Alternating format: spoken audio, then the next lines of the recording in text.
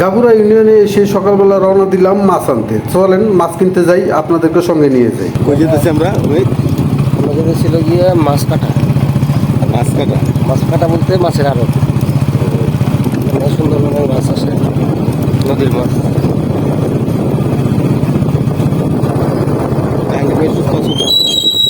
হ্যাঁ, জাগলে হবে অসুবিধা। ঠিক করতে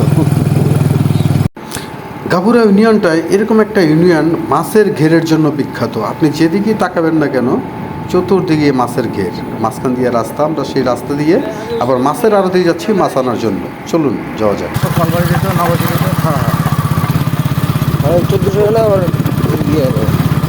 যখন কলবাড়ির সবসময় যেত নবদ্বীপ, ওরা আবার ইয়ে হবে, হরিশ খাই মতন টুকুর গেলে কি করে যে পাহাড় না পাহাড় লেগে অপরূপ সৌন্দর্যে মণ্ডিত এই গাবুরে ইউনিয়নটা। এই গাবুরে ইউনিয়নে যারা না এসেছেন তারা কখনোই বলতেই পারবেন না যে আসলে এর অপরূপ সৌন্দর্যের রূপটা কী। দুই সাইডে মাছের ঘের, মাঝখান দিয়ে রাস্তা।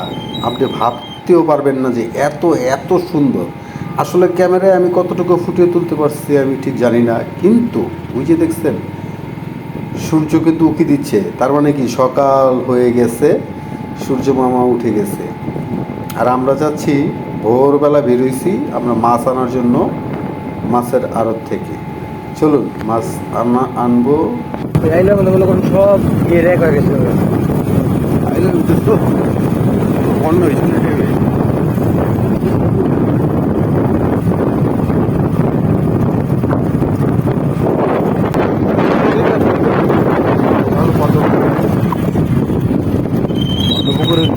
কোনটা ওটা না, পদ্মপুকুরের ইউনিয়নের পরে নবীক ইউনিয়ন।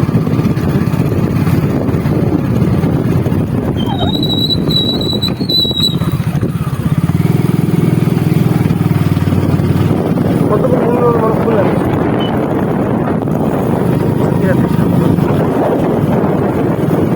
ওই ওই পা পড়ছে পয়লা পয়লা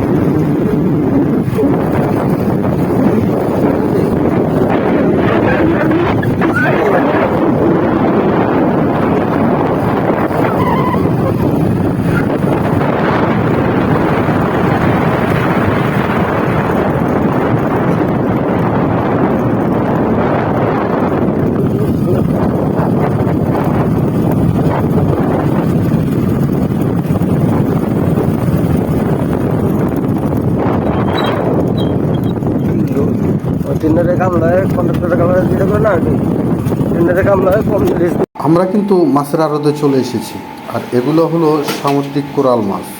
এগুলো সামুদ্রিক কোরাল মাছ, সামুদ্রিক হলেও এগুলো এখন চাষ হয়। সাতক্ষীরা গাবুরা ইউনিয়নে প্রচুর চাষ হয়, প্রচুর। আমি অনেক ঘের ঘুরে দেখেছি, ঘেরের ভিতরে এই মাছগুলো চাষ হয়। এটা হলো সেই মাছকাটা ঘাটের ফেরিঘাট। মাছকাটা ঘাট বলতে মানে আমরা যে আড়তে এসেছি সেই আড়তের মানে এই জায়গাটার নাম হলো মাছকাটা। সাতক্ষীরা গাবুরা ইউনিয়নের মাছকাটা। এখানে এই যে দূর দূরান্ত থেকে মাছের ট্রলারগুলো আসে, আইসা এখান দিয়ে মাছ উঠায়, মাছ উঠে পর আড়তে বেচা বিক্রি করে।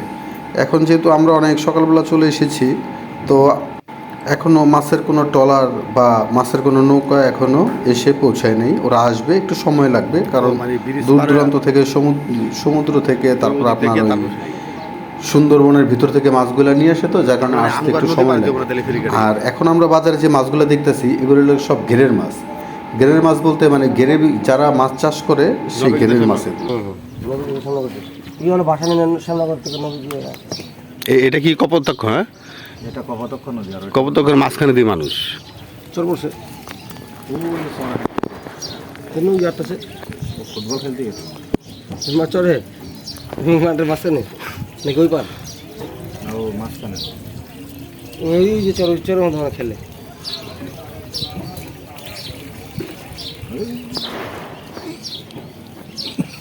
ওরে বুঝলাম।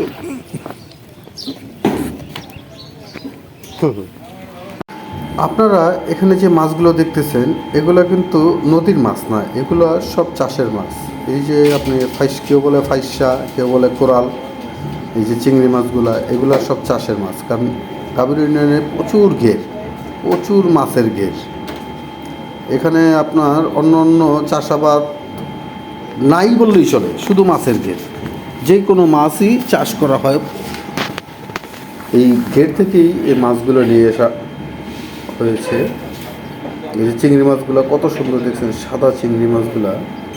আসলে চিংড়ি মাছের তো কয়েকটা জাত আছে, কয়েক প্রকারের জাত আছে, কিন্তু আমি ততটা চিনি না। বাগদা চিংড়ি, গলদা চিংড়ি এবং কয়েকটা চিংড়ি আছে, যাই হোক এগুলো আমি চিনি না। কিন্তু দেখছেন মাছগুলো কিন্তু টাটকা মাছ। এগুলা রাত্রে ধরতে ধরতে ওই সকাল হয়ে গেছে, ভোর হয়ে গেছে, ভোরবেলা নিয়ে আসছে, আনার পরে যেমন বাজারে নিয়ে আসছে, এখন এখান থেকে পাইকাররা কিনে নিয়ে যাবে।